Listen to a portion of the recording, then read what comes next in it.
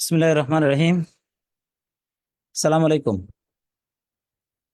সুপ্রিয় দর্শক শ্রোতা যারা আমাদেরকে দেখছেন এবং শুনছেন, তাদের সকলের প্রতি অভিনন্দন এবং কৃতজ্ঞতা জানাচ্ছি সালাম, আসসালামু আলাইকুম।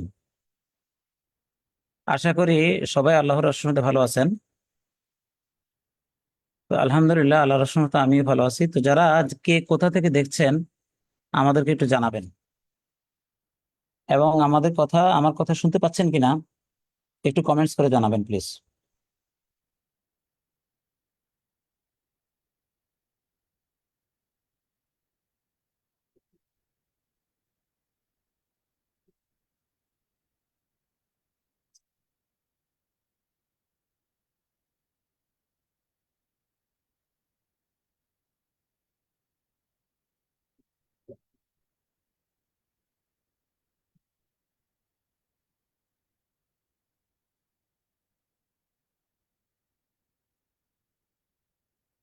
জি। যে আমার কথা শুনতে পাচ্ছেন কিনা একটু দয়া করে জানাবেন।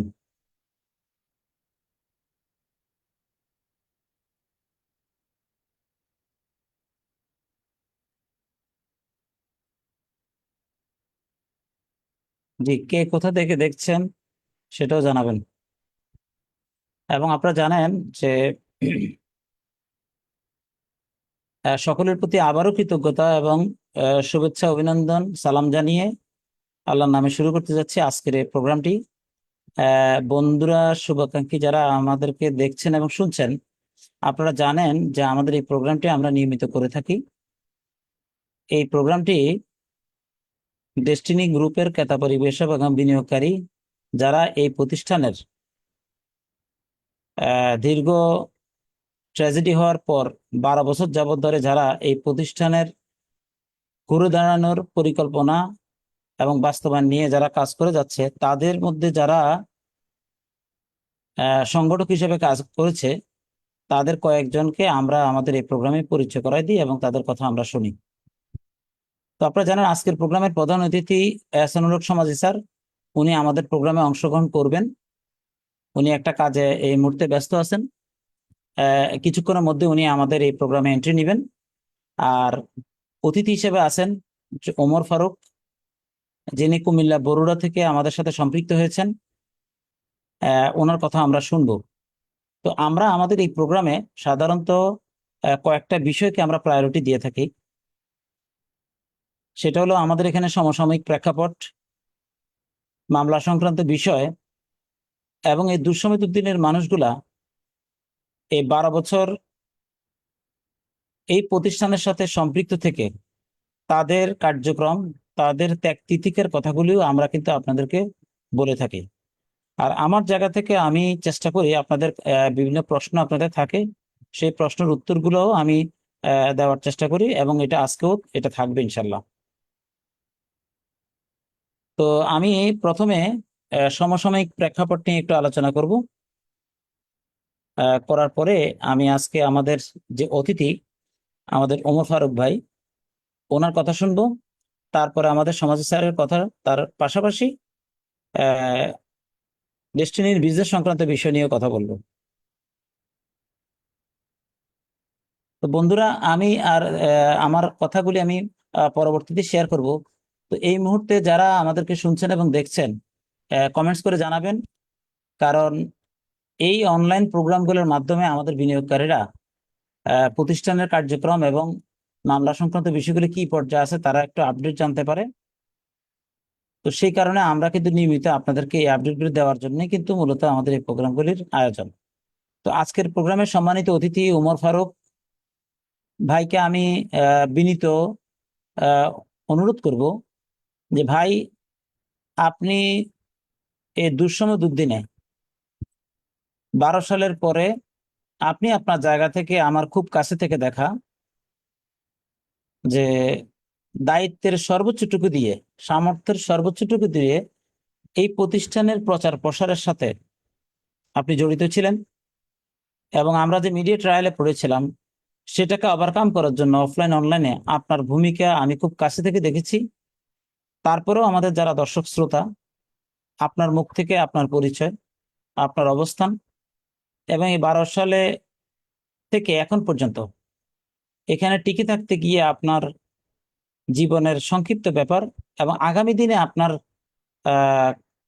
কমিটমেন্ট এবং পরিকল্পনাটা কি বিনিয়োগকারীদের স্বার্থ নিয়ে আপনি একটু আমাদেরকে জানাবেন।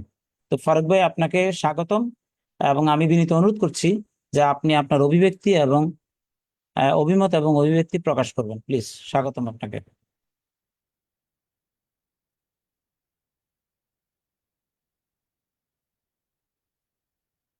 জি, ফারুক ভাই। ফারুক ভাই, হ্যাঁ, আপনার মাইক্রোফোনটা খুলে নেন।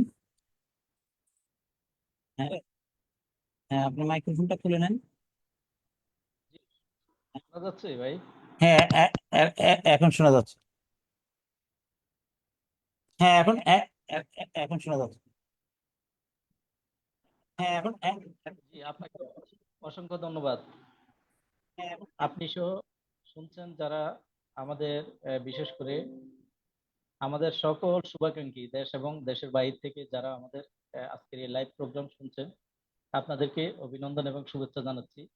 আসলে ধন্যবাদ জানাচ্ছি আমি আমাদের সকলের আইকন, আমাদের দুর্দিনের যোদ্ধা ইঞ্জিনিয়ার শহীদ ভাই। তিনি সব সময় আমাদের এমডি স্যারের তথা ডেস্টিনির এই ট্রেজেডির দুঃসময়ে দুর্দিনে আমাদের ফেসবুকে, সোশ্যাল মিডিয়া এবং লাইভ ফিজিক্যালি সবসময় আমাদেরকে এই তথ্যগুলো প্রদান করেছেন। শহীদ ভাই, আজকের প্রোগ্রাম থেকে আবার আপনাকে অভিনন্দন এবং শুভেচ্ছা জানাচ্ছি। বিশেষ করে আপনি যেটা বলেছেন যে দীর্ঘ 12 বছর আমাদের এই ট্রেজেডিতে টিকে থাকা, এটা আসলে একটা ইতিহাস। আমাদের এই ট্রেজেডির পর যে একটা অবস্থা আমাদের তৈরি হয়েছে, এটা আসলে আমাদের ডেস্টিনির 45 লক্ষ ডিস্ট্রিবিউটর তথা 2.5 কোটি পরিবার আমরা কিন্তু এটা ভুক্তভোগী, এটা আমাদের সকলের জানা। এই সংকটের মধ্য দিয়েও আমরা চেষ্টা করেছি আমাদের সকল বন্ধু এবং শুভাকাঙ্ক্ষীদেরকে আমাদের এই স্যারের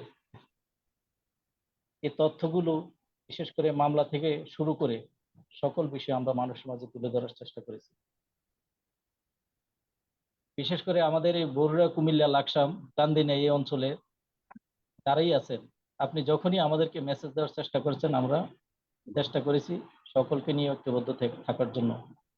বিশেষ করে মানববন্ধন, লিফলেট থেকে শুরু করে ঈদের দিনে আমাদের এই যে ক্রুটপত্র বিতরণ করা এবং ওয়াল রাইটিং করা, স্মারকলিপি প্রদান, সকল বিষয়ে কিন্তু আমাদের আসলে অবদান ছিল। আর আজকের এই টিকে থাকা ডেস্টিনির এই মামলার সর্বশেষ আমি বলবো আজকের দিন পর্যন্ত আমাদের যে অগ্রগতি, আমি আমাদের এই 45 লক্ষ পরিবারের আমাদের সকল বন্ধুদেরকে আমি স্যালুট জানাচ্ছি। তাদের এই ক্ষুদ্র ক্ষুদ্র কন্ট্রিবিউশন এবং আমাদের সকলের এই ঐক্যবদ্ধতা, বিশেষ করে আপনারা যখনই আমাদের থেকে সেন্ট্রাল থেকে যে মেসেজগুলো আমাদেরকে প্রদান করেছেন, আমাদের এই ঐক্যবদ্ধতার কারণে কিন্তু আজকে আমরা আলোর মুখ দেখতে পাচ্ছি। বিশেষ করে আমাদের একটি মামলা ডেস্টিনি মাল্টিপারপাসের আমাদের ইনশাআল্লাহ নিষ্পত্তি হয়েছে এবং ট্রি প্লান্টেশনের মামলাটাও আমাদের শেষ পর্যায়ে। আমরা বিশ্বাস করি যে আমরা সত্যের পক্ষে অবিচল থেকে আমরা অচিরেই ইনশাল্লাহ মুক্তি পাব। আমাদের এই ডেস্টিনি আঙ্গিনা আবার সরব হবে। আমাদের এই বিশেষ করে আমরা যে স্বপ্ন দেখেছি এবং আমাদের অ্যাসোসিয়েটস এবং আত্মীয় স্বজনকে আমরা যে স্বপ্নের কথাগুলো আমরা বলেছি যে আমরা এখান থেকে উদ্যোক্তা হব, আমরা ঘুরে দাঁড়াবো, আমরা আমাদের পরিবার তথা এই দেশের জন্য আমরা ইনশাল্লাহ কাজ করব, এটা আমাদের আসলে যে প্রত্যাশা ছিল, আমরা বিশ্বাস করি আমরা এখান থেকে ঘুরে দাঁড়াবো। আর একটি কথা বলি, আমাদের বর্তমান যে বিপ্লবী সরকার দায়িত্বে আছেন, আমাদের যে প্রধান উপদেষ্টা ডক্টর মোহাম্মদ ইউনূস সাহেব, উনি ওনার বক্তব্যে এবং অনেক প্রেজেন্টেশনে উনি বলেছেন যে চাকরি হচ্ছে একটা দাসত্ব, এটা একটা গোলামি করা, যে আপনারা এখান থেকে উদ্যোক্তা হন, আপনারা নিজ দায়িত্বে আপনারা উদ্যোক্তা হয়ে আপনারা নিজেদেরকে গড়েন, আপনারা দেশের পাশে দাঁড়ান এবং অন্যদেরকে সফল করেন। উনি আরেকটা কথা বলেছেন, একজন নিজে যদি সফল হয়, এটার থেকে সবচেয়ে বড় সফলতা হচ্ছে অন্যকে সফলতা করা। তো আমাদের এমডি স্যারের, বিশেষ করে জনাব মোহাম্মদ রফিকুল আলম স্যারের কিন্তু এই স্বপ্নটাই দীর্ঘ, যে আমি বলবো সে 2000 থেকে আজকে 2024 সাল পর্যন্ত স্যার যে স্বপ্ন দেখছেন, যে নিজেরা উদ্যোক্তা হওয়া এবং অন্যদেরকে সফল করা। তো আমাদের স্যারের এই মেসেজটা আমরা এই বর্তমান বিপ্লবী সরকার সহ সারা বিশ্বের মানুষের কাছে আমরা মেসেজ দিতে চাই যে আমাদের এমডি স্যার চেয়েছিলেন আমাদেরকে উদ্যোক্তা হিসেবে তৈরি করার জন্য, অনেক মানুষকে কর্মসংস্থান তৈরি করার মাধ্যমে দেশকে একটা উন্নত সমৃদ্ধ স্বপ্নের দেশে উনি নিয়ে যাবেন। এটাই আসলে স্যারের, কিন্তু আমার মনে হচ্ছে যে এটা একটা অপরাধ আমরা যদি বলি। না হলে দীর্ঘ 12 বছর ক্যালেন্ডারের অনুযায়ী, এবং যদি কারা যে সিস্টেমে প্রায় 15 বছর আজকে আমাদের এমডি স্যার, চেয়ারম্যান স্যার, ওনার ওয়াইফ আজকে কারারুদ্ধ, এটা কিন্তু একটা ইতিহাস আমাদের জন্য। তো আমি মনে করি আমাদের এই মেসেজ থেকে আজকে বাংলাদেশের মানুষ সহ সারা বিশ্বের মানুষ বুঝতে পারবে যে আসলে ডেস্টিনি যিনি করা, তাদের কোনো দোষ ছিল না, যে ডেস্টিনি আবার ঘুরে দাঁড়াবে। আমাদের সকলের এটাই প্রত্যাশা। ইনশাল্লাহ আমরা আমাদের সেই কাঙ্ক্ষিত লক্ষ্যে ইনশাল্লাহ আমরা পৌঁছবো। আমার সকল ভাই বোনদেরকে আমি শুধু একটা মেসেজ দিতে চাই, আমরা যেভাবে দীর্ঘ 12 থেকে 13 বছর আমরা এই সংগ্রাম করে আমরা টিকে ছিলাম, আপনাদের প্রতি বিনীত অনুরোধ এবং আহ্বান যেটাই বলেন, সর্বশেষ পর্যন্ত আমাদের এমডি স্যারের জন্য দোয়া রাখবেন। শেষ সময় পর্যন্ত আমরা যেন আমাদের সেই কাঙ্ক্ষিত লক্ষ্যে যেন আমরা পৌঁছতে পারি। আমি বিশ্বাস করি যে আমাদের সময় আর বেশি লাগবে না, অল্প সময়ের মধ্যে আমরা আমাদের সেই কাঙ্ক্ষিত, আমাদের ব্যবসায়িক, আমাদের যিনি গুরু জনাব মোহাম্মদ রফিকুল আমিন সহ আমাদের সকল ম্যানেজমেন্টের সকল আমাদের লিডারদেরকে আমরা ফিরে পাবো। তাহলেই আমরা আমাদের সেই কাঙ্ক্ষিত জায়গায় আমরা ইনশাল্লাহ পৌঁছবো। কি শহীদ ভাই? আহ, জি, ফারুক ভাই, এই 12 বছরে ধরেন আপনার এইখানে লেগে থাকার কারণে আপনার পারিবারিকভাবে আপনার যে কন্টিনিউ করেছেন, এটা কি আপনি ইজিলি পারছেন, নাকি আপনার কোনো মানে এই বিষয়টা আপনার আমাদের দর্শক শ্রোতারা শুনতে চায় আসলে আপনারা এই জি 12টা বছর কিভাবে পার করলেন? জি, আপনি জানেন যে 12 বছর আসলে একটি মোমেন্টও কিন্তু আমি ডেস্টিনির বাইরে ছিলাম না। সব সময় সর্বক্ষণ আমি ফেসবুক, সোশ্যাল মিডিয়া থেকে শুরু করে ফোনে যে কোনো সময় আমি তথ্য নেওয়ার চেষ্টা করছি। আর আজকের এই দিন পর্যন্ত টিকে থাকাটা, এটা আসলে একটা হিস্ট্রি। আমার পরিবার যদি আমার বিশেষ করে আমার ওয়াইফ আমাকে যদি অর্থনৈতিক ভাবে, মানসিক ভাবে যদি সাপোর্ট না দিত, তাহলে কিন্তু আজকে আমি ঝরে যেতাম। হয়তো অনেক বন্ধুরাই আজকে তার পরিবার পরিজনকে একটু সাপোর্ট দেওয়ার জন্য প্রবাসে অনেকে আছেন। আপনি জানেন শহীদ ভাই, আমি ছোটখাটো একটা জাস্ট পরিবারকে সাপোর্ট দেওয়ার জন্য পৌরসভায় আমি জব করি। পাশাপাশি এখান থেকে আমার পরিবারকে আমি একটু সাপোর্ট দেওয়ার চেষ্টা করি। আর বিশেষ করে আমি আজকের এই লাইভ প্রোগ্রাম থেকে আমি আমার ওয়াইফকে ক্রেডিটটা দিব। তার অবদান, তার সাপোর্ট যদি না থাকতো, সে যদি পিছন থেকে আমাকে যদি একটু হাল ধরতো, কারণ আপনি জানেন যে কবিগুরু আমাদের কাজী নজরুল, বিদ্রোহী কবি কাজী নজরুল বলছেন যে এই পৃথিবীর যা কিছু সৃষ্টির চির কল্যাণকর, অর্ধেক তার করিয়াছে নারী, অর্ধেক তার নর। আমি আজকে আমার ওয়াইফকে আজকের এই লাইভ প্রোগ্রাম থেকে ক্রেডিটটা দিতে চাই।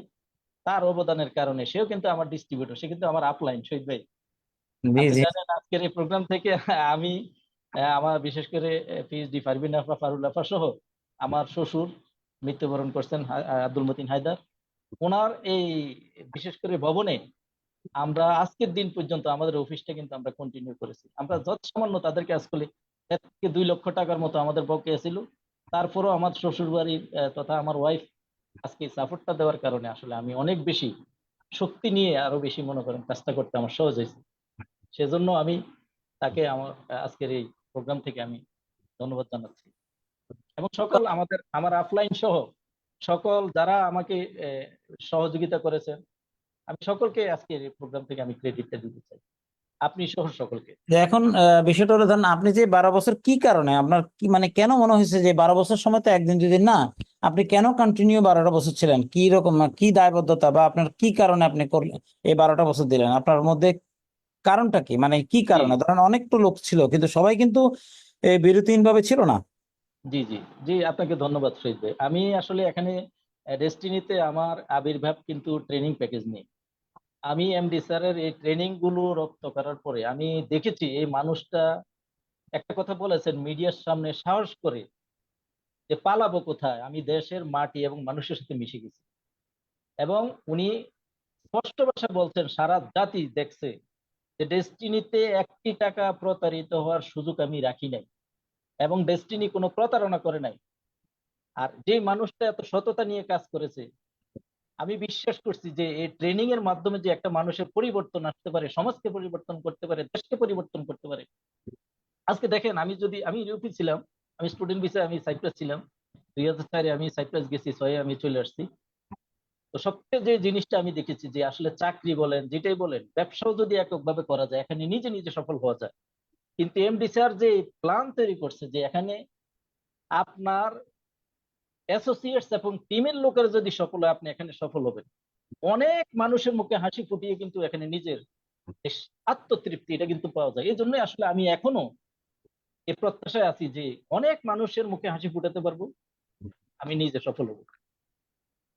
এটা আমার একটা ড্রিম বলতে পারেন আপনি, বা এটা আমার প্রত্যাশা।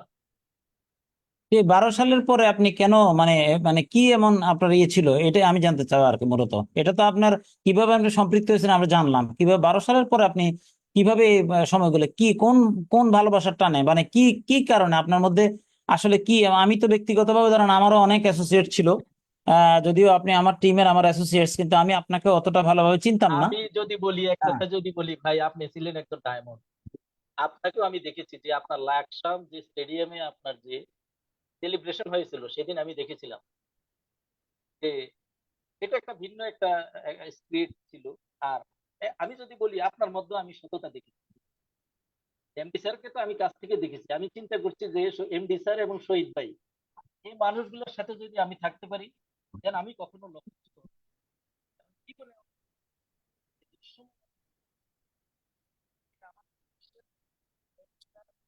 হ্যাঁ, ফারুক ভাই আপনাকে শুনতে পাচ্ছি না। ফারুক ভাই, আপনাকে শোনা যাচ্ছে না, কি নেটওয়ার্ক প্রবলেম? আপনাকে শোনা যাচ্ছে না।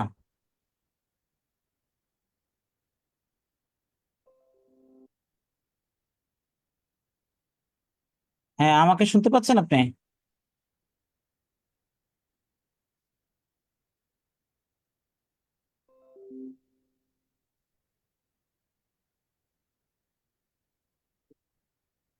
ফারুক ভাই, আপনি আমার কথা কি শুনতে পাচ্ছেন?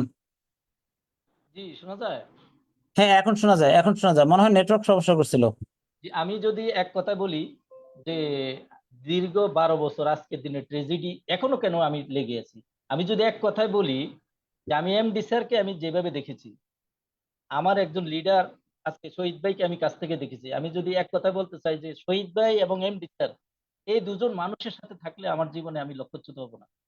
আমার জীবনের যে কোনো সময় আমি তাদের কাছ থেকে সাপোর্ট পাবো। এবং মানে সামাজিক, অর্থনৈতিক এই বিষয়টা আমি বিশ্বাস করি যে আমি সফল হতে পারবো। সেজন্য আমার লেগে থাকা যে সৎ মানুষগুলোর সাথে থাকলে, সফল মানুষগুলোর সাথে থাকলে নিজেকে সফল মনে হয়। এটা আপনি একটা আমার হয়তো টিকে থাকার একটা হিস্ট্রি আপনি বলতে পারেন। আহ, ধরেন এখন 12 সালের পর, এখন আগামী দিনে ধরেন আল্লাহ যদি সব ঠিক রাখে, আমরা তো মনে করি যে যে কোনো ভাবে আমাদের এই ট্র্যাজেডির একটা সমাধান হবেই। জি জি তো এখন আগামী দিনে আপনি যারা বিনিয়োগকারী, আপনার কাছ জি থেকে তারা কি আশা করতে পারে? জি ইনশাল্লাহ আগামী দিন ডেস্টিনি কামব্যাক করবে, আমরা বিশ্বাস করি, আমি মনে প্রাণে বিশ্বাস করি। এটা আমাদের চাওয়া আল্লাহ তাআলার কাছে, যে আল্লাহ তাআলা যেন অল্প সময়ে আমাদের এই এই সফলতাটা আমাদেরকে দিয়ে দেন। এবং আমি বিশ্বাস করি ডেস্টিনি যখন কামব্যাক করবে, আমাদের সকলে আমরা মিলে জুলে, যত মানুষ আছে আমার পরিচিত, আমার আত্মীয় স্বজন, আমার শুভাকাঙ্ক্ষী, আমার অ্যাসোসিয়েটস বলেন, টিম অথবা অন্য টিমের যে কোনো, সেন্ট্রাল গোডাউন বলেন, যে কোনো সংগঠনের, আমি সকল লিডারদেরকে আমি নিয়ে ইনশাল্লাহ যে কোনো প্রোগ্রাম, যে কোনো বিষয়ে যখন এমডি স্যার ডাক দিবেন এবং আপনারা যে কোনো মেসেজ দিবেন, ইনশাল্লাহ আমরা আছি এই সফলতার দ্বার প্রান্তে যাওয়ার জন্য। যাহা যাহা করা লাগে ইনশাল্লাহ সবকিছু করার জন্য প্রস্তুত। ঠিক আছে, আপনাকে অসংখ্য ধন্যবাদ। ফারুক ভাই, আপনি থাকেন, আমাদের সমাজে স্যার আসবে কিছুক্ষণের মধ্যেই। তাহলে আপনি সমাজে স্যার আসলে সমাজে স্যারের থেকে কোনো প্রশ্ন যদি আপনাদের থাকে থাকে করতে পারেন। তাহলে এর মধ্যে আমি আমি একটু আলোচনা জি টানবো, আমার জি, কিছু বক্তব্য আপনাকেও আছে। ধন্যবাদ শহীদ ভাই। জি, আসি। Thank you. জি, প্রিয় দর্শক শ্রোতা, আপনারা যারা দেখছেন এবং শুনছেন, আমাদের ওমর ফারুক ভাইয়ের কথা শুনলেন। উনি প্রথম থেকেই আমার দেখা যে, যেহেতু আমরা ডিডিএফ এর সাথে জড়িত ছিলাম প্রথম থেকে, ডিডিএফ এর অংশ হিসাবে বিভিন্ন প্রোগ্রামে তাকে আমি অংশগ্রহণ করতে দেখেছি।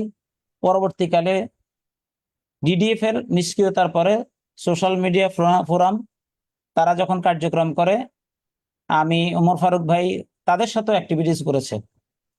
তখনও কিন্তু গো ডায়মন্ডের জন্ম হয়নি। পরবর্তীকালে যখন গো ডায়মন্ড টিমটা জন্ম হয়, তখন আবার ফারুক ভাই গো ডায়মন্ডের সাথে সম্পৃক্ত হয়ে উনি ওনার ভূমিকাটা কন্টিনিউ রেখেছেন। উনি প্রথম থেকে গো ডায়মন্ড টিমের একজন সেন্ট্রাল মেম্বার হিসেবে দায়িত্ব পালন করেছেন, এবং আমি দেখেছি বিরতিহীনভাবে এখানে যারা ছিল তাদের একজন অন্যতম ব্যক্তি। তো আমি এটুই কামনা করব যে আপনার এই শ্রমগাম যেন মানুষের জীবনে, যারা এই প্রতিষ্ঠানের পাশে দাঁড়িয়েছে এবং যারা এখানে বিনিয়োগ করেছে, তাদের বিনিয়োগের ফিডব্যাক এবং আগামী দিনে ডেস্টিনির ব্যবসা চালু হওয়ার মাধ্যমে মানুষ যেন তার অধিকারটা ফিরে পায়, সেই বিষয়টা কাজে লাগবে। এবং আপনার এই শ্রমগাম, আপনার পরিবার, আপনি সহ এটার একটা ফিডব্যাক পাবেন, আমি এটা মনে প্রাণে বিশ্বাস করি এবং এটা কামনাও করি। তো যাই হোক, প্রিয় দর্শক শ্রোতা, আমি আপনাদের এখানে এই প্রোগ্রামের মাধ্যমে আমি অনেক প্রশ্ন নিয়ে থাকি। তো যারা আমাকে শুনছেন এবং দেখছেন, তারা প্রশ্ন করতে পারেন এবং আমি আপনাদের প্রশ্নগুলো উত্তর দিব। তার আগে যেহেতু সমসাময়িক বিষয়গুলা আমি একটু সার্বিক আলোচনা করছি, বাকিটা আপনারা আমাদের সমাজী স্যারের কাছ থেকে পুরো ডিটেল জানবেন। উনি আর কয়েক মিনিটের মধ্যে এন্ট্রি নেবেন। উনি একটা প্রোগ্রামে আছেন, এই প্রোগ্রাম থেকে বের হয়ে আমাদের সাথে সম্পৃক্ত হবেন। তো আপনারা জানেন যে আমাদের একটা মামলার অলরেডি মানে রায় হয়ে গেছে, আর একটা মামলা শুনানি প্রায় শেষ পর্যায়ে। লাইভ পরবর্তী প্রোগ্রামে আমি সাধারণত সিম্পলি আপনাদেরকে একটু মানে ক্লিয়ার করার চেষ্টা করি যে আসলে আমাদের মামলাটার পরিস্থিতিটা কি। আর ও একটা কথা বলতে চাই, সেটা হলো, যেহেতু আমাদের এই প্রোগ্রামটা বিনিয়োগকারীদের স্বার্থ সংশ্লিষ্ট বিষয় নিয়ে, আপনাদের প্রতি আবেদন যে এই তথ্যটা, আমাদের এই আপডেটগুলি মানুষের কাছে ছড়িয়ে দিবেন। কারণ ডেস্টিনি বেঁচে আছে, ডেস্টিনি আবার ঘুরে দাঁড়াবে, এই বিষয়টার ব্যাপারে কিন্তু আমরা আমাদের কমিটমেন্ট, এটাই কিন্তু আমাদের কার্যক্রম। তো সেই কারণে এই জিনিসটা যেন সবাই দেখতে পায় এবং জানতে পারে, সেজন্য লাইভটা শেয়ার করে সবার কাছে ছড়িয়ে দিবেন, এইটুকু আপনাদের কাছে বিনীত অনুরোধ রইল। তো যেহেতু আপনারা জানেন যে গত সপ্তাহে আমাদের ট্রি প্ল্যান্টেশনের মামলায় আয়ুর সাক্ষীর হওয়ার কথা ছিল, কিন্তু সেখানে একজন সাক্ষী নেওয়ার কথা ছিল। সে একজন সাক্ষী থেকে তিনজন সাক্ষী সাক্ষ্য গ্রহণ করা হয়েছে, এবং মাননীয় বিচারপতি ব্যক্তিগত ছুটিতে আছেন, এবং উনি বলেছেন আগামী মাসের 2 তারিখে আবার শুনানি স্টার্ট হবে। সেখানে উনি আয়ুর সাক্ষীটা স্টার্ট করবেন। এবং যেহেতু আপনারা জানেন যে সুপ্রিম কোর্টের একটা অর্ডার আছে যে আগামী মাসের 29 তারিখের মধ্যেই এই বিচার কাজটা শেষ করতে হবে, এটা সুপ্রিম কোর্টের একটা অর্ডার আছে জজ কোর্টের প্রতি। তো সে কারণে মাননীয় বিচারক আমাদেরকে যতটুকু জানলাম উনি জানিয়েছেন উনি চেষ্টা করবেন এর মধ্যে এটা সমাপ্তি করার জন্য। আর বাকিটা কি আলোচনা হয়েছে আমাদের সমাজী স্যার থেকে একদম স্পষ্ট তথ্য পাবেন। হ্যাঁ, আল মামুন প্রধান জাকির হোসেন কিস্টুর বিষয়টা বলছেন। হ্যাঁ, ঠিক আছে, আমি প্রশ্ন উত্তর পর্বে যাব। তো যাই হোক, আমি আপনাদেরকে একটা কথা বলতে চাই। আমি একটা মিনিট, আমি সমাজী স্যারের সাথে একটু কন্ট্যাক্ট করছি, 1 মিনিট। আমি সমাজী স্যারের আলোচনাটার পরে উদ্বুদ্ধ কিছু পরিস্থিতি তৈরি হয়েছে। আমার ফেসবুক মেসেঞ্জারে অনেকে অনেক স্ক্রিনশট পাঠিয়েছেন, এই বিষয়গুলো শহীদ আপনাদেরকে। শহীদ ভাই, স্যার স্যার তো এন্ট্রি নিয়েছেন। স্যার নিচে আমি খেয়াল করি নাই। ইয়েস স্যার, আসসালামু আলাইকুম, আপনি শুনতে পাচ্ছেন আমাকে? মাইক্রোফোনটা বন্ধ ভাই। হ্যাঁ, হ্যাঁ, হ্যাঁ। স্যার, আপনি শুনতে পাচ্ছেন আমাকে?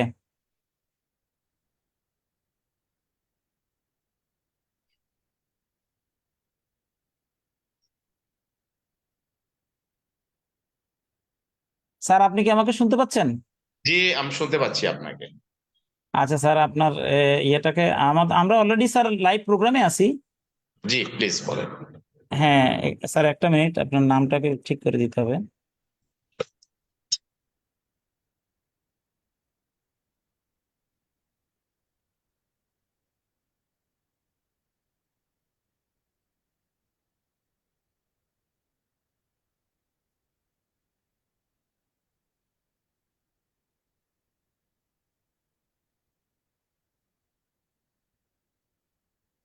জি স্যার, আপনি আমার কথা শুনতে পাচ্ছেন তো স্পষ্ট? এর সাউন্ড হবে HAQUE হবে। Just minute sir. এইচটা বড় হাতের, এটা।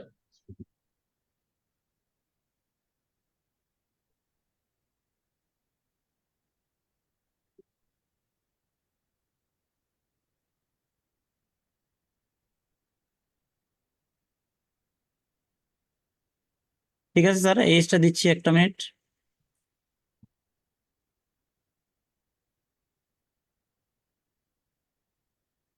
আর সমাজী হবে SHOMAJI।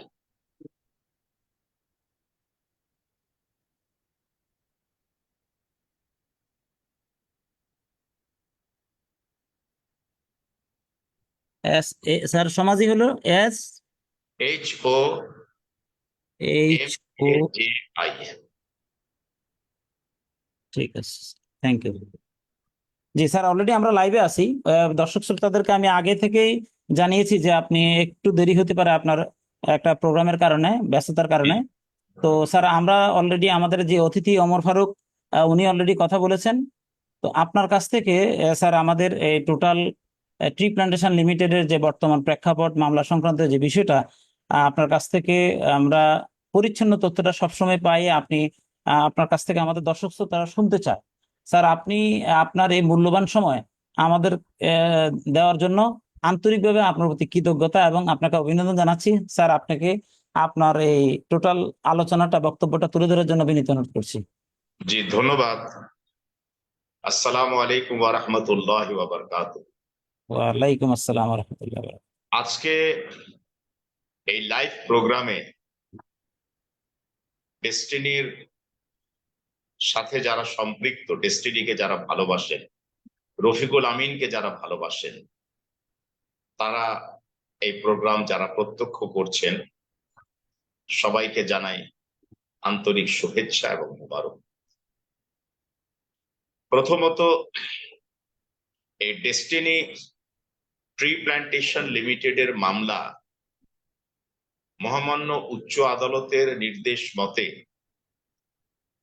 নতুন বিজ্ঞ বিচারিক আদালত পূর্বের বিজ্ঞ বিচারিক আদালতের মতো একই অভিপ্রায় তিনিও ব্যক্ত করেছেন। অর্থাৎ এই আদালতের মন্তব্য হচ্ছে যে ইনশাআল্লাহ এই মামলাটি যত দ্রুততম সময়ের মধ্যে নিষ্পত্তি করার জন্য আমি কার্যকরী পদক্ষেপ গ্রহণ করব এবং সেই ক্ষেত্রে দুর্নীতি দমন কমিশনের বিজ্ঞ পাবলিক প্রসিকিউটরও বলেছেন যে আমিও এই আপনার এই ইচ্ছাটাকে বাস্তবায়ন করার জন্য যতটুকু সম্ভব সহযোগিতা আপনাকে করব। আর আমরা বলেছি যে আমরা প্রথম থেকেই যতগুলো আদালতে এই মামলার বিচার কার্যক্রম পরিচালিত হয়েছে প্রত্যেকটি আদালতকে আমরা সহযোগিতা দিয়ে চলেছি এবং ইনশাআল্লাহ সহযোগিতা দিয়ে যাব। তো সুতরাং আমরা সবাই জানি যে অক্টোবর মাসের শেষ সপ্তাহে আমাদের এই মামলার মেয়াদ শেষ হওয়ার কথা। তবে ইতিপূর্বে বেশ কয়েকদিন আদালতের কার্যক্রম বন্ধ ছিল, বিজ্ঞ বিচারক ছুটিতে আছেন, এখন যেমন চলমান বিজ্ঞ বিচারক ছুটিতে আছেন। সুতরাং আমাদের মনে রাখতে হবে যে শুধুমাত্র ওয়ার্কিং ডেজটাই কাউন্ট হয়। তো ওয়ার্কিং ডেজটা মানে কার্য দিবস, যেই দিবসগুলোতে আদালতের বিচারিক কার্যক্রম হয় না, সেটা বিভিন্ন কারণে হতে পারে, রাজনৈতিক কারণে হতে পারে, অ্যাক্ট অফ গডের কারণে হতে পারে, আদালত ছুটি থাকার কারণে হতে পারে। সুতরাং এই সময়টা মূল সময় থেকে কর্তিত হবে বা কার্টেলড হবে বা কর্তন করা। আমরা আশা করছি যে এই মামলাটি সমস্ত হিসাব নিকাশ অন্তে হয়তো যেহেতু বিজ্ঞ বিচারিক আদালত এখন প্রায় 2 সপ্তাহের জন্য ছুটি নিয়েছেন, সুতরাং অক্টোবরের শেষ সপ্তাহের সাথে আরো 2 সপ্তাহ যুক্ত হবে। যেহেতু তিনি ছুটিতে আছেন, ওয়ার্কিং ডেজ ছাড়া তো কাউন্ট হবে না। তবে আমরা এটুকু আশাবাদী যে এখন সাক্ষীরা আসছেন, সাক্ষ্য দিচ্ছেন, এবং ইনশাআল্লাহ আগামী তারিখে অর্থাৎ আগামী অক্টোবর মাসের, যদি আমার ভুল না হয়ে থাকে, তাহলে সেই ক্ষেত্রে 2রা অক্টোবর জি বুধবারে আদালত ধার্য করেছেন, কারণ উনি জয়েন করবেন 1 তারিখে, বুধবারে, প্রথম বুধবারে। এবং সেদিনও আমরা আশাবাদী যে দুদকের লার্নেড পাবলিক প্রসিকিউটর তিনি আদালতে সাক্ষী উপস্থাপন করবেন, এবং সেই সাক্ষীর ভিত্তিতে আমরা ইনশাল্লাহ জেরা করব। কাজে আমাদের হতাশ হওয়ার কিছু নাই। আমরা মামলা শেষের পর্যায়ে আমরা এগিয়ে যাচ্ছি, আমি বলবো আমরা এগিয়ে যাচ্ছি। যদি সাক্ষী না আসতো, সাক্ষী না হতো, তাহলে হয়তো বিলম্বটা আরো বেশি হতো। কিন্তু যেহেতু সাক্ষী আসছে, সাক্ষী হচ্ছে, সুতরাং মামলাটা নিষ্পত্তির দিকে আমি বলবো ক্রমশ এগিয়ে যাচ্ছে। ধন্যবাদ। স্যার, ওমর ফারুক ভাই, আপনি মাইক্রোফোন খোলেন, আপনার কি প্রশ্ন ছিল? জি, আপনার কোনো প্রশ্ন থাকলে স্যারকে করতে পারেন। আর প্রিয় দর্শক শ্রোতা, আপনারাও প্রশ্ন করতে পারেন, আমি স্যারকে তুলে ধরবো আপনাদের। জি, আপনাদের কোনো প্রশ্ন থাকলে আপনারাও করতে পারেন। এই মুহূর্তে কতজন জয়েন করেছেন এই স্যার, সরাসরি লাইভে 129 জন আমি দেখতে পাচ্ছি। 129 জন, আলহামদুলিল্লাহ। 31 ভাই, জন, 31 কথা কি জন, শোনা যাচ্ছে? 33 জন, হ্যাঁ জি শোনা যাচ্ছে। 133। জি জি। ধন্যবাদ আপনাকে আবারও, বিশেষ করে স্পেশালি আবারও ধন্যবাদ জানাচ্ছি আমাদের সমাজী স্যারকে। সব সময় আসলে স্যার আমাদের এই মেসেজগুলো দিয়ে যাচ্ছেন। আমাদের 45 লক্ষ পরিবার তথা 2.5 কোটি মানুষ কিন্তু আমরা স্যারের এই মেসেজগুলো নিচ্ছি। আমরা অনেক বেশি অনুপ্রাণিত যে ইনশাআল্লাহ অল্প সময়ে আমাদের মামলাটা নিষ্পত্তি হবে, এটা আমরা বিশ্বাস করি, এবং আল্লাহ তাআলা আমাদেরকে সহজ করে দিবেন। আমিন। স্যারের কাছে আমার একটা প্রশ্ন জানার জন্য, যেটা হচ্ছে যে আদালতের যে আহ, নির্ধারিত যে সময় বেঁধে দেওয়া হয়েছে যে মামলাটাকে নিষ্পত্তি করার জন্য, এক্ষেত্রে যদি আমাদের সময় একটু বেশি লাগেও, তাহলে কি আমাদের বাংলাদেশের যে আইন অনুযায়ী আমরা যদি মামলাটা নিষ্পত্তি হই, স্যার যদি ইনশাআল্লাহ আমাদের মুক্ত হয়, আমি যতটুকু জানি যে পৃথিবীর অন্যান্য দেশে কিন্তু যে কোম্পানিগুলো এরকম মিথ্যা মামলায় বা এরকম আপনার সাজা খেটে তারা জামিন হয়েছে বা নিষ্পত্তি হয়েছে, তারা কিন্তু ক্ষতিপূরণ পেয়েছে। এই যে আমাদের দীর্ঘ 12 বছর এমডি চেয়ারম্যান এবং ওনার ওয়াইফও এখনো কারারুদ্ধ, আমাদের যে ক্ষতিটা হয়ে গেল এই 18-19 কোটি মানুষের মধ্যে, আমরাও কিন্তু 2.5 কোটি মানুষের মধ্যে পরিবার এখানে জড়িত, আমরাও যে ক্ষতিটার সম্মুখীন হলাম, এটা কি বাংলাদেশের আইন অনুযায়ী কি আমরা রাষ্ট্রের কাছে অথবা স্যারদের যে ক্ষতিটা হয়ে গেল, এটা কি ক্ষতি পূরণের কোনো আশা আমরা করতে পারি যদি আরো একটু সময় লাগিয়ে যায়? সেক্ষেত্রে কি বলে আইন, কি বলে স্যার, এটা জানার জন্য। জি, ধন্যবাদ। আপনারা জানেন যে বাংলাদেশের ভূখণ্ডে যে সমস্ত আদালত বা ট্রাইব্যুনাল গুলো রয়েছে সেগুলো আমাদের বাংলাদেশের আইন দ্বারাই পরিচালিত হয়। দুর্নীতি দমন কমিশন আইনের তফসিলভুক্ত অপরাধের মধ্যে অন্যতম অপরাধ হচ্ছে মানি লন্ডারিং প্রতিরোধ আইন 2012। ডেস্টিনি মাল্টিপারপাস কোঅপারেটিভ সোসাইটিস লিমিটেডের মামলায়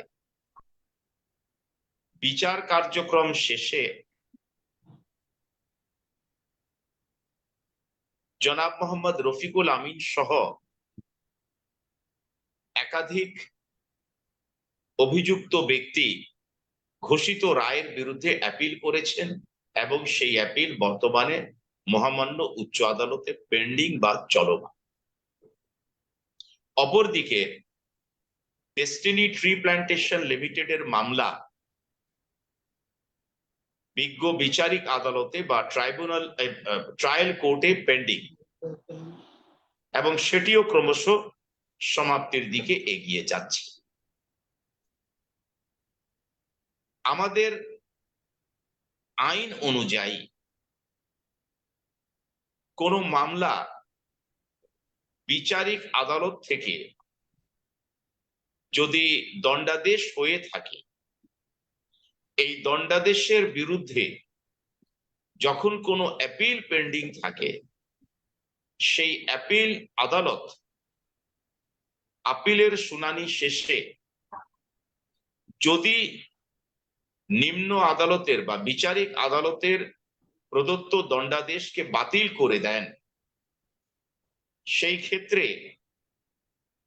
মহামান্য উচ্চ আদালতের অধিকাংশ মামলায় কিছু মন্তব্য থাকে এবং কিছু অবজারভেশন থাকে, কিছু পর্যবেক্ষণও থাকে। যেহেতু একটি মামলা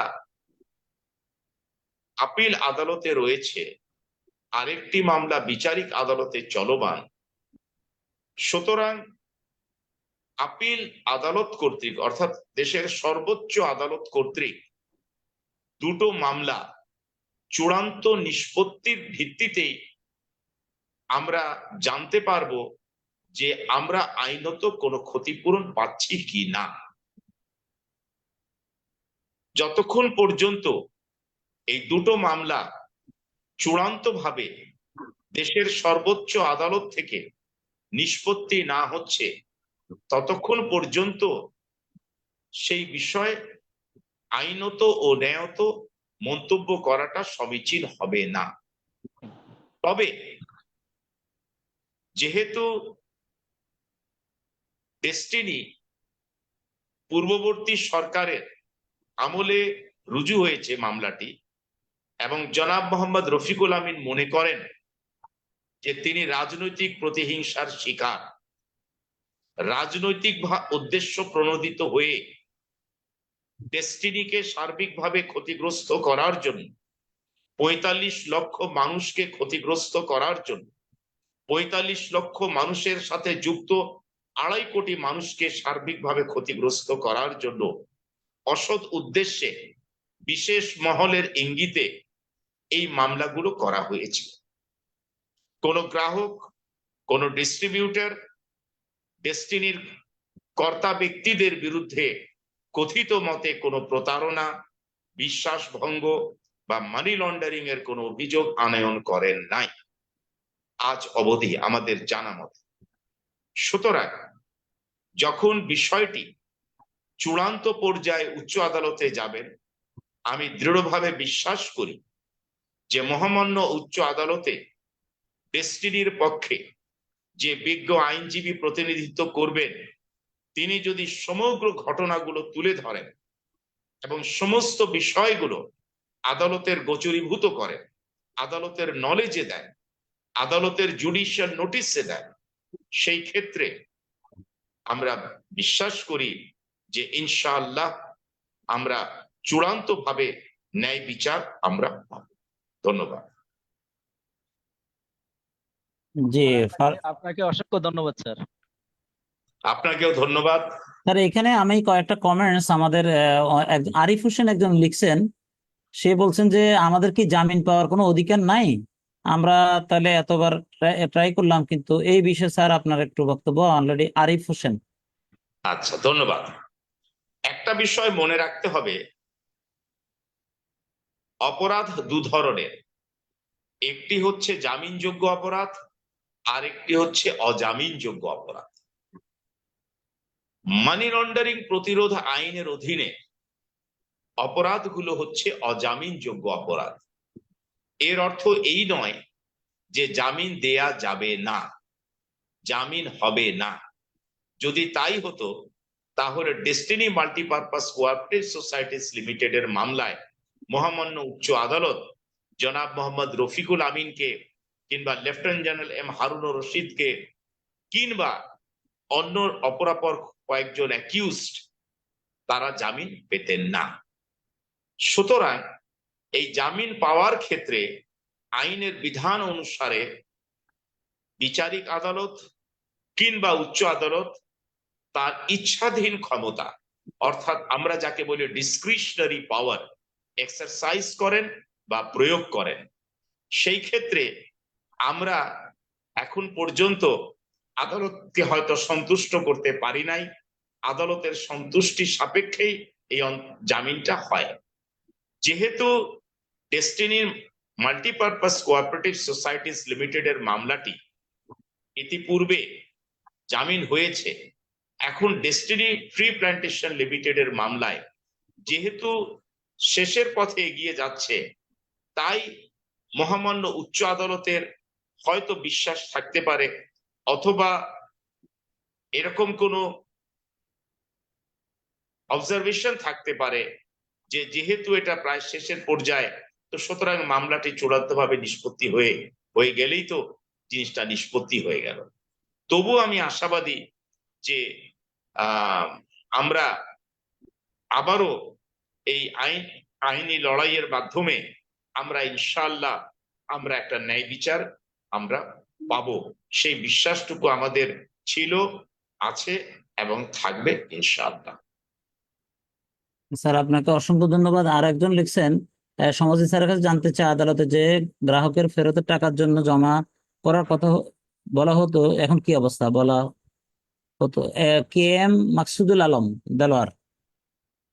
বর্তমানে যে মামলাটি বিচারিক আদালতে চলমান, সেখানে গ্রাহকের টাকার পাওয়ার বা দেওয়ার ক্ষেত্রে এখন পর্যন্ত আমার জানা মতে কোনো ধরনের আদেশ নাই।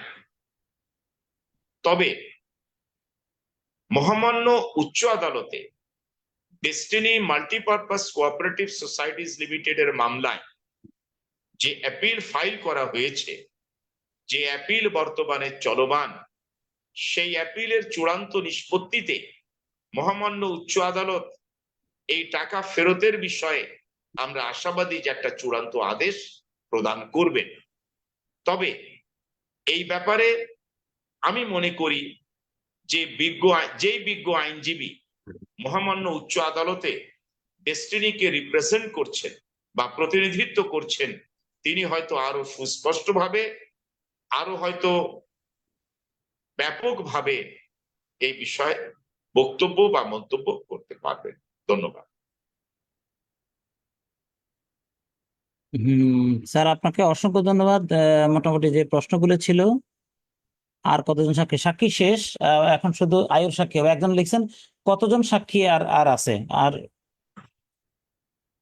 আগামী ধার্য তারিখে লার্নেড পাবলিক প্রসিকিউটর বলেছেন যে আমি বেশ কয়েকজন সাক্ষীকে আদালতে উপস্থাপনের চেষ্টা করব, এবং এই সাক্ষীগুলো হলেই আমি আয়ুর সাক্ষী শুরু করব।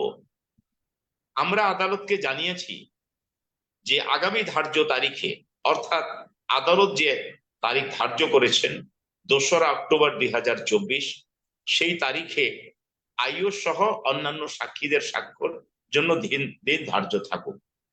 বিজ্ঞ আদালত বাচনিকভাবে, মৌখিকভাবে বলেছেন যে নেক্সট ডেট, অর্থাৎ 2nd অক্টোবর 2024, 2রা অক্টোবর 2024 ইংরেজি তারিখ আয়ু সহ সকল সাক্ষীদের জন্য থাকবে এই মর্মে মৌখিকভাবে আমাদেরকে জানিয়েছে।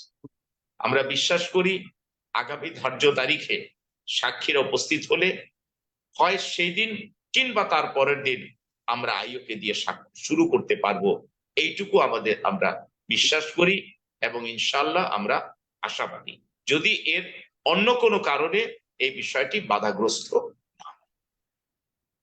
জি স্যার, আপনাকে অসংখ্য ধন্যবাদ এবং আপনার প্রতি কৃতজ্ঞতা।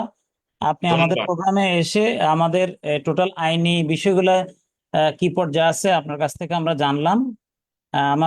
আমরা আশা করি আমাদেরকে যারা দেখছেন দর্শক শ্রোতারা, তারা স্যারের কাছ থেকে সঠিক তথ্যটা পেয়েছেন এবং আশা করি আপনারা ধৈর্য ধরবেন। সবাই মিলে আমরা সবাই ধৈর্য ধরবো, কারণ আমাদের ধৈর্য ধরা ছাড়া আর কোনো উপায়ও নেই। আমরা ধৈর্য ধরে আছি, ইনশাল্লাহ নিষ্পত্তি হবে এবং রফিকুল আমিন স্যার সহ যারা কারা বন্দী আছেন তারাও মুক্তি পাবেন, এটা আমাদের বিশ্বাস। তো স্যার, আপনাকে অসংখ্য ধন্যবাদ আমাদের প্রোগ্রামে। আপনাকে জি সবাই স্যার। থেকে বিদায় নিচ্ছি। জি আপনারা সবাই ভালো থাকুন, সুস্থ থাকুন, নিরাপদে থাকুন। আমার জন্য, আমার পরিবারের জন্য দোয়া করবেন। আজকের এই অনুষ্ঠানের সঞ্চালক ইঞ্জিনিয়ার শহীদ সাহেবকে জানাই আমার পক্ষ থেকে আন্তরিকভাবে ধন্যবাদ এবং শুকরিয়া। শুভরাত্রি। ধন্যবাদ। আসসালামু আলাইকুম ওয়া রাহমাতুল্লাহি ওয়া বারাকাতুহু। ওয়ালাইকুম আসসালাম স্যার, আপনাকে অসংখ্য ধন্যবাদ। Thank you. আচ্ছা, জি প্রিয় দর্শক শ্রোতা, যেহেতু সমাজের স্যারের বিষয়টা তার মুখ থেকে আপনারা স্পষ্ট জানলেন এবং আমি মনে করি যে এই তথ্যগুলি যারা আমাদের বিনিয়োগকারীরা জানতে চায় তাদের কাছে এটা যাওয়া দরকার। কারণ হলো, দেখেন, আমি গত সপ্তাহ আপনাদেরকে লাইভে মানে কিছু কথা বলছি, সেটা হলো বিনিয়োগের টাকা এখনো মানুষকে ফেরত দেওয়া লাগতেছে। তার মানে অনেকেই এখনো মনে করে ডেস্টিনি আর মনে কখনো ঘুরে দাঁড়াবে না। তার মানে আমাদের যে বিনিয়োগকারীরা, দায়িত্বশীল বিনিয়োগকারীরা আছেন, তারা কিন্তু এইটা তাদেরকে ফেস করা লাগতেছে। কিন্তু এই কার্যক্রম নিয়ে দেখেন, আমি এই লাইভ করার আগে আমার ইনবক্সে কয়েকজন আমাকে কয়েকটা স্ক্রিনশট পাঠিয়েছেন। তো স্ক্রিনশটটা ছিল আমাদের ডেস্টিনি 2000 লিমিটেড একজন শেয়ার হোল্ডার জনাব আশরাফুল আমিন ভাইয়ের। উনি সম্ভবত ফেসবুকে দিয়েছেন, যেহেতু ওনার সাথে আমার ফেসবুকের ইয়েটা কানেক্ট নাই, আমার কাছে একজন স্ক্রিনশট দিয়েছেন। উনি ডিটুকে অ্যাসোসিয়েটস এর একটা নোটিশ নিয়ে অলরেডি পোস্ট দিয়েছেন। দেখেন, আমি এই বিষয়টা অনেকভাবেই আগেও বলেছি যে ডিটুকে অ্যাসোসিয়েটস আমাদের একটা ব্যক্তিগত প্রতিষ্ঠান। আমরা একটা ই কমার্স প্রতিষ্ঠান দাঁড় করানোর জন্য আমরা অলরেডি এই কার্যক্রমটা শুরু করেছি অনেক আগেই, কিন্তু আমাদের এই প্রতিষ্ঠানের কার্যক্রমটা তেমন একটা আগায়নি। আর এটা কেন করেছে এটার কিন্তু আমি ব্যাখ্যাও দিয়েছি।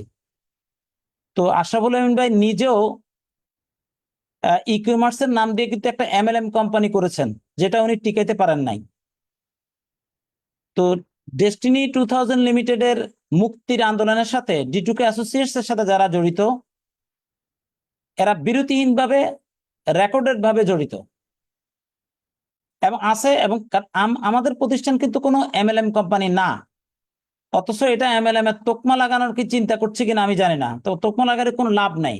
হ্যাঁ, আর আমি মনে করি যে আশরাফুল আমিন ভাই আজকের পরে এই বিষয়টা সোচ্চার হবেন, কারণ ওনার অ্যাক্টিভিটিস সম্বন্ধে কিন্তু আমাদের একদম স্পষ্ট জানা আছে। আমাদের বিনিয়োগকারীদের কাছে উনি যখন আমার বাজার করেন, এই আমার বাজার করার টাইমে রফিকুল আমিন স্যারকে নিয়ে কি রকম মন্তব্য এবং প্রতিষ্ঠান নিয়ে কি মন্তব্য করেছেন, এগুলো কিন্তু বিনিয়োগকারীদের কাছে কিন্তু সবকিছু রেকর্ডের আছে।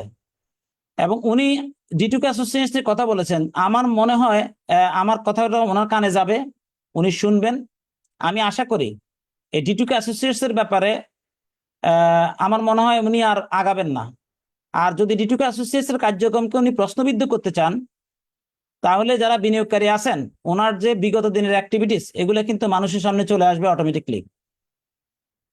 দেখেন, উনি ব্যক্তিগত প্রতিষ্ঠান কিন্তু দাঁড় করাতে পারেন না, এটা কিন্তু একদম স্পষ্ট। সুতরাং ডেস্টিনি উনি দাঁড় করাবেন, ডেস্টিনির বোর্ড আছে, উনি বোর্ডেরও কেউ না। হ্যাঁ, ওনাকে নিয়োগ দিবে, উনি নাকি সিইও হওয়ার একটা পরিকল্পনা হাতে নিছেন, অনেকে বলা বলি করতেছেন, আমাদের কানে আসছে। সেটা বোর্ডের ব্যাপার, আমরা জানি না। ডেস্টিনি ঘুরে দাঁড়াক আমরা চাই, কিন্তু আমাদের প্রতিষ্ঠান নিয়ে আহ আশা করি কেউ এটা নিয়ে কোনো ধরনের নেতিবাচক বা মন্তব্য করবেন না, কারণ আমাদের ব্যক্তি প্রতিষ্ঠান থাকতেই পারে। তাহলে এখন ডেস্টিনি ডিস্ট্রিবিউটর যারা বিভিন্ন এমএলএম কোম্পানিতে কাজ করতেছে তাদের ব্যাপারে তো উনি কোনো কথা বলতেছেন না। তাহলে আমরা যারা ডেস্টিনি ঘুরে দাঁড়াক দেখেন, যে যত কথাই বলুক আমার কথা যারা শুনছেন এবং দেখছেন এই কথাগুলি বিনিয়োগকারীদের ছড়াই দিবেন। মাথায় রাখতে হবে ডেস্টিনি ঘুরে দাঁড়াবে এই ডিটুকে অ্যাসোসিয়েশনের সাথে যারা জড়িত এই গোষ্ঠীটাই কিন্তু এখন বাকি আছে ডেস্টিনির শুধু গান গায়, এরাই কিন্তু ডেস্টিনি ঘুরে দাঁড়ানোর ক্ষেত্রে ভূমিকা রাখবে। আর হয়তো কিছু ইনোসেন্ট মানুষ এখনো আছে, ডেস্টিনির অপেক্ষা আছে, যারা হয়তো আমাদের এই সামাজিক কর্মকাণ্ডের সাথে ওইভাবে জড়িত হয় নাই, আমরা তাদের প্রতিও শ্রদ্ধা রাখি। কিন্তু ব্যাপারটা এরকম না যে এই গোষ্ঠীটা কিন্তু মানে আছে। আর আপনি কিন্তু মাথা রাখতে হবে আপনি কোম্পানি কিন্তু শেয়ার হোল্ডার, এই প্রতিষ্ঠানের কাছে কিন্তু মানুষ টাকা পায়। তাহলে শেয়ার হোল্ডাররা কিন্তু এখনো আপনাদের ব্যাপারে কোনো পদক্ষেপ নেয় নাই কিন্তু। তাহলে আপনারা আমাদের ব্যক্তিগত প্রতিষ্ঠান নিয়ে টানাটানি করতেছেন, এটা কিন্তু বেশি বাড়াবাড়ি হচ্ছে কিনা আপনি একটু খেয়াল করে দেখবেন। আর যদি এটা আপনি করতে থাকেন তাহলে বিনিয়োগকারীরা যদি আপনার ব্যাপারে মুখ খুলে এবং কথা বলে আপনি বিষয়টা তখন মনে হয় সামাল দিতে পারবেন না, এটা আমার ধারণা। তো আমার মনে হয় আমাদের ব্যক্তিগত প্রতিষ্ঠান নিয়ে আপনার এই জিনিসটা করাটা, আপনি এটার ব্যাপারে অবশ্যই ফেসবুকে একটা পদক্ষেপ নেবেন। আদারওয়াইজ যদি আপনি না নেন, আমরা আমাদের জায়গা থেকে যারা বিনিয়োগকারী আমরা আমাদের ব্যক্তিগত প্রতিষ্ঠান গড়ে তুলছি। আমাদের এই প্রতিষ্ঠানে শামসুল হক ভূঁইয়ার ফ্যামিলিরাও কিন্তু পরিচালক হিসেবে দায়িত্ব পালন করছেন। সুতরাং এটা আপনি কি বুঝাতে চাইলেন আমাদের অ্যাক্টিভিটিস নিয়ে? এটা তো একটা চলমান প্রক্রিয়া। এই প্রতিষ্ঠান তো ই কমার্স প্রতিষ্ঠান, উৎপাদনমুখী খাত তৈরি করে চাল ডাল তেল লবণ নিত্য সামগ্রী মানুষের কাছে প্রোভাইড করার জন্য এটা জন্ম হয়েছে, এটা তো আর এমএলএম না। সো এই বিষয়টা কিন্তু আমি ডিটেল কথা বলেছি, তবে আমি আজকে বেশি কথা বলবো না। আমি মনে করি আশরাফুল আমিন ভাইয়ের কাছে আমার এই বক্তব্যটা যাবে।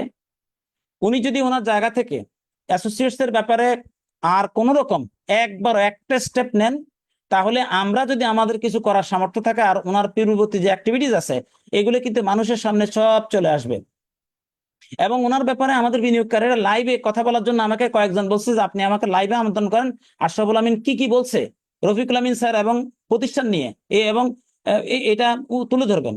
এবং যদি এরকম হয় তাহলে আশরাফুল আমিন ভাই কিন্তু ব্যক্তিগতভাবে আমাদের প্রতিষ্ঠান নিয়ে কথা বলার কোনো অধিকার নেই, বরং আমরা ডেস্টিনি বিনিয়োগকারী আমরা শেয়ার হোল্ডার ডাইরেক্টরদেরকে নিয়ে কথা বলতে পারি, কারণ আমাদের এখানে হক আছে, আমরা টাকা পাবো, আমরা বিনিয়োগ পাবো, কিন্তু ওনারা আমাদের প্রতিষ্ঠান নিয়ে কথা বলার কিন্তু কোনো রকমের রাইট নাই। আমি মনে করি আজকে আর আমি লম্বা করলাম না, যদি আশরাফ ভাইয়ের জায়গা থেকে উনি জায়গা থেকে না নড়ে এরপরে এই বিষয়ে আমরা প্রয়োজনে বিস্তারিত আলাপ করব। এবং ওনার যদি সহ্য ক্ষমতা থাকে অসুবিধা নেই, উনি নিবে। আর আমাদের ব্যক্তিগত প্রতিষ্ঠান নিয়ে ওনার কোনো হক নাই, কোনো রাইট নাই এটা নিয়ে কথা বলার। এবং ওনার সাথে সাথে দেখলাম যে অনেকে আবার উস্কায় উঠতেছে। দেখেন ভাই, এটা আমাদের ব্যক্তিগত প্রতিষ্ঠান, এটা একটা ট্রেডিশনাল প্রতিষ্ঠান, এটা ই কমার্স প্রতিষ্ঠান, এটার ব্যাপারে কিন্তু স্পষ্ট বক্তব্য আমরা কিন্তু ক্লিয়ার করেছি যে এটা তাহলে আমরা ব্যক্তিগতভাবে এ করতে পারি। বর্তমান ডেস্টিনির বোর্ডে যারা আছেন বিভিন্ন মানি গেম এমএলএম কোম্পানির সাথেও কিছু লোক জড়িত আছেন, এগুলো কিন্তু আমরা জানি, আমরা এগুলো নিয়ে কখনো কথা বলি নাই। যে আপনার ব্যক্তিগত ব্যাপার, আপনি কোথায় কাজ করবেন না করবেন আপনার ব্যাপার, কিন্তু আশরাফ ভাইয়ের অ্যাক্টিভিটিস কিন্তু আমাদের কাছে পুরো স্পষ্ট। এবং আমাদের যারা বিনিয়োগকারী আছেন তারা কিন্তু শুধু তাদেরকে বলছি যে যাই হোক অসুবিধা নাই, আশরাফ ভাই রফিকুল আমিন স্যারসহ মোহাম্মদ হোসেন স্যারসহ একসাথে মিলে প্রতিষ্ঠান এগিয়ে যাক, মুক্তি পাক, এরকম একটা কথা বলেছেন। সেই কারণে আমরা তাদেরকে বলেছি না, এই নিয়ে আর কথা বলা যাবে না, যে আমরা প্রতিষ্ঠানে মুক্তি চাই, আমরা এই নিয়ে কাউরে কোনো কথা বলতে দেয় না। কিন্তু উনি যেভাবে করে এই বিষয়টাকে সোশ্যাল মিডিয়াতে আনছে, আমরা একটা লিগ্যাল প্রতিষ্ঠান, সুতরাং আমরা আমাদের লিগ্যাল কার্যক্রম আমরা করে যেতেই পারি। সুতরাং এটা নিয়ে কেন আপনি মানে ফেসবুকে আনলেন, এটা কতটুকু সঠিক হয়েছে এটার ব্যাপারে আপনার কাছ থেকে আমরা জবাব চাই। এবং এই জবাব যদি আপনি সঠিকভাবে না দেন তাহলে আমাদের যদি সাংগঠনিকভাবে এবং আমাদের প্রাতিষ্ঠানিকভাবে আমাদের যদি কোনো পদক্ষেপ নেওয়া লাগে আমরা প্রয়োজনে নিব।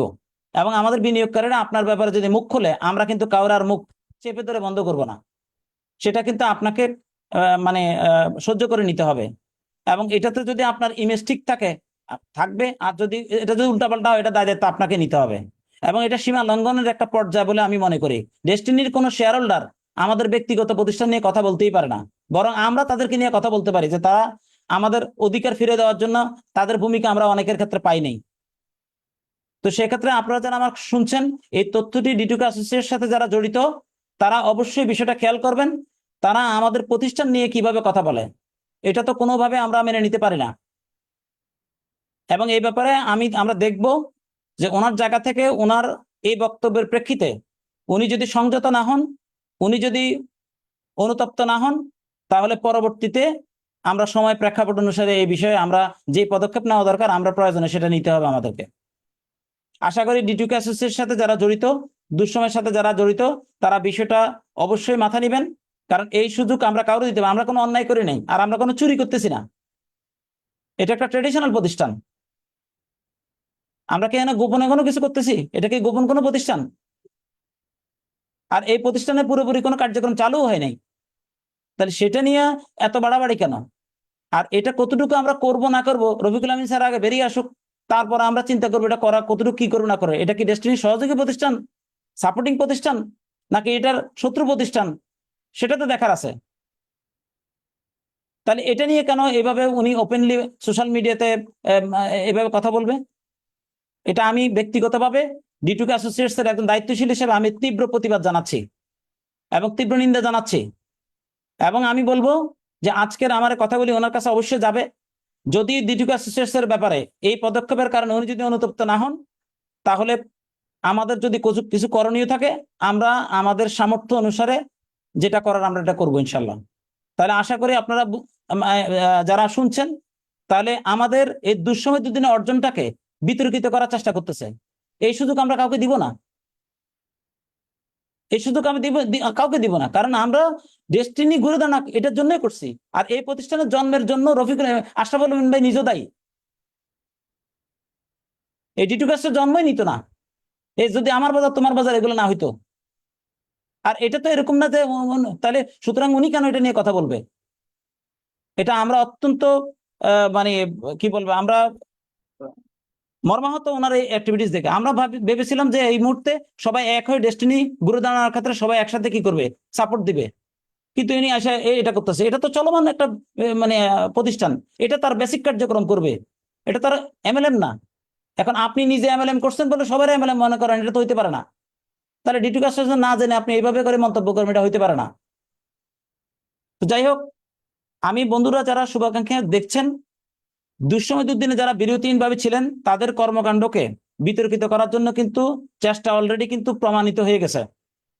সো আমাদেরকে কিন্তু ঐক্যবদ্ধ থাকতে হবে, কারণ আমরা ডেস্টিনি চালুর যে ঘটনা গত 6 বছর আমরা কিন্তু খুব ভালোভাবে পরিলক্ষিত করেছি। আর একটা কথা আমি ক্লিয়ার করে বলি, ডেস্টিনি চালু হবে, চালু করুক, এটাই আমরা চাই। এবং রফিকুল আমিন স্যার কিন্তু বর্তমান বোর্ডকেও গাইডলাইন দিছে যে আপনারা এই এই কাজগুলো করেন, প্রতিষ্ঠানটাকে আগায় নেন। আমি আসার আগ পর্যন্ত প্রতিষ্ঠানের স্ট্রাকচারাল ওয়ার্কগুলি করেন, কিন্তু আমরা দেখতে পেয়েছি তাদের মধ্যে এই জিনিসটা তারা কিন্তু ওইভাবে কন্টিনিউ করে নাই। তো যেটা করে নাই এটা নিয়ে আর আমরা বাড়াবাড়ি করতেছি না। হয়তো তারা কি কি কারণে করেন এটা জবাব তারাই দিতে পারবে। হ্যাঁ, আর ডেস্টিনি ঘুরে দাঁড়াবে, মাথা রাখতে হবে কোর্ট কর্তৃক যে নির্দেশনা, প্রথম নির্দেশনা হলো ডেস্টিনির অডিট কমপ্লিট করতে হবে। আমরাও আশা করি যে ডেস্টিনি 2000 লিমিটেড তার অডিটটা আগে কমপ্লিট করবে। তাহলে কে কত টাকা পাওনা দেওয়া, প্রতিষ্ঠানের কি মানে রিয়েল পিকচার, এটা জনগণের কাছে আসা দরকার বলে আমরা মনে করি। কারণ আমরা এই প্রতিষ্ঠানের স্টেক হোল্ডার, আমরাও জানতে চাই যে এটা এই প্রতিষ্ঠানের অডিট হোক, অডিট হওয়ার মাধ্যমে পরিচ্ছন্ন তথ্য হোক। তো যাই হোক বন্ধুরা, আমাকে যারা শুনলেন, আজকের লাইভটি সমাজী স্যার একটু দেরি করে আসার কারণে লম্বা হয়ে গেল। তারপরও এইটুকু তথ্য আমি মনে করি আপনাদেরকে বিনীত আবেদন এবং অনুরোধ করবো, যারা এই প্রোগ্রামগুলি দেখেন তারা অবশ্যই অবশ্যই এই প্রোগ্রামটাকে ছড়াই দিবেন, কারণ এই তথ্যগুলি মানুষের কাছে যাওয়া দরকার আছে, প্রয়োজন আছে। কারণ রিয়েল তথ্য সবার কাছে জানা দরকার। যেখানে ইউনিটির কথা আসতেছে আর উনি এখানে ডিটুকে অ্যাসোসিয়েটস এর সাথে সাংগঠনিকভাবে জড়িত আছে, একবার লিস্টেড আছে প্রায় 10,000 প্লাস মানুষ, লিস্টেড ছাড়াও আছে প্রায় 30,000-এর মতো, কম বেশি কিন্তু মানে একেবারে জড়িত ডাইরেক্টলি এই সবগুলো সংগঠন মিলিয়ে। তাই উনি ওনার কর্মকাণ্ড এরা সবাই ডিটুকে অ্যাসোসিয়েটস এর স্টেক হোল্ডার। এখন উনি তাদেরকে বিতর্কিত করার চেষ্টা করতেছেন, এটা তো ভাই সাধারণ ইস্যু না। আপনি কোন জায়গায় হাত দিলেন? আমরা কিন্তু কোন রকম সম্প্রীতি নষ্ট করে চাই নাই।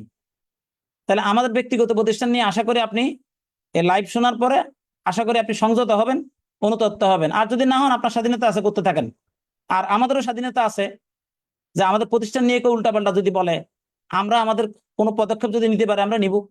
আর আপনারটা আপনার স্বাধীনতা অনুযায়ী আপনি করেন, আপত্তি নাই। আর সম্প্রীতি যদি ঠিক রাখতে চান তাহলে আপনি বিবেচনা আনবেন, এটা আপনার আপনার ব্যক্তিগত বিষয়।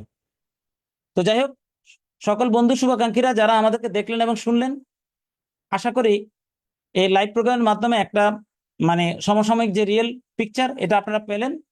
ইনশাল্লাহ ডেস্টিনি আবার ঘুরে দাঁড়াবে, আমরা মনে প্রাণে বিশ্বাস করি। রফিকুল আমিন স্যারের প্রয়োজন এই প্রতিষ্ঠানটাকে ঘুরে দাঁড়ানোর জন্য। এবং যারা এখন রফিকুল আমিন স্যারকে মাথায় রেখে তারা বলতেছে তারা স্যারের মুক্তি চায়, কিন্তু ইনডাইরেক্টলি তাদের কিছু অ্যাক্টিভিটিস আমাদের কাছে কিন্তু কানে আসে। তারপর আমরা এগুলো কান দিতে রাজি না। শুধু এইটুক বলি, আমরা মুক্তি চাই, আমরা মুক্তি চাই, একসাথে মুক্তি চাই, ডেস্টিনি আবার ঘুরে দাঁড়িয়ে চাই। আর ডিটুকে অ্যাসোসিয়েশনের কার্যক্রম কি হবে রফিকুল আমিন স্যার বেরিয়ে আসার পরে, সেটা পরে সিদ্ধান্ত হবে। কিন্তু আমরা আমাদের বেসিক কার্যক্রম, এই প্রতিষ্ঠান যেহেতু আমরা আমাদের টাকা দিয়ে, আমাদের পয়সা দিয়ে করেছি, এটা আমাদের কমন অ্যাক্টিভিটিস করে যাবো। এটা নিয়ে তো জ্বালা কেন? হ্যাঁ, এটা নিয়ে তো জ্বালা কেন? তো যাই হোক, আমি আর আজকের লাইভটা দীর্ঘায়িত করবো না। ফারুক ভাই, আপনাকে অসংখ্য ধন্যবাদ এবং কৃতজ্ঞতা জানাচ্ছি। এই লাইভ প্রোগ্রামে আপনি দুঃসময় দুর্দিনের সহযাত্রী, সহযোদ্ধা হিসেবে আপনি ভূমিকা রেখেছেন। আপনাকে অনেক বেশি কৃতজ্ঞ এবং এই প্রোগ্রামে আসার জন্য। আপনার ব্যক্তিগত এবং আপনার পরিবারের সমৃদ্ধি কামনা করছি এবং সম্মান কামনা করছি। ইনশাল্লাহ আপনার এই কন্ট্রিবিউশন আপনাকে আগামী দিনে সমৃদ্ধশালী এবং সম্মানিত করবে, এটা আমরা মনে প্রাণে বিশ্বাস করি ইনশাল্লাহ। তো প্রিয় দর্শক শ্রোতা, আপনাকে অনেক বেশি ধন্যবাদ ভাই, থ্যাংক ইউ। জি, তো আজকের লাইভ প্রোগ্রামটি এখানে সমাপ্তি টানবেন। সবার প্রতি শুভকামনা। ইনশাল্লাহ বিজয় আমাদের হবে। সবার প্রতি একটাই আমার মানে বিনীত আকুতি, যে রফিকুল আমিন স্যার যেন আমাদের মাঝে সুস্থভাবে ফিরে আসতে পারে, ওনার জন্য দোয়া রাখবেন। উনি সহ সকল কারাবন্দী মুক্তি পাক এবং আমরা আমাদের আঙ্গিনাটা আবার সরব হবে, এই আশাবাদ রেখে আমি আজকের লাইভ প্রোগ্রাম এর সমাপ্তি আনলাম। যারা এই লাইভের পরবর্তীতে এই প্রোগ্রামটি দেখবেন, এটি শেয়ার করে এবং কোথা থেকে আপনি দেখলেন কমেন্টস করে সবাইকে এই বিষয়গুলো অবগত করার ক্ষেত্রে ভূমিকা রাখবেন, এই কামনায় আজকে বিদায় নিলাম। আল্লাহ হাফেজ। আসসালামু আলাইকুম সবাইকে। আল্লাহ হাফেজ।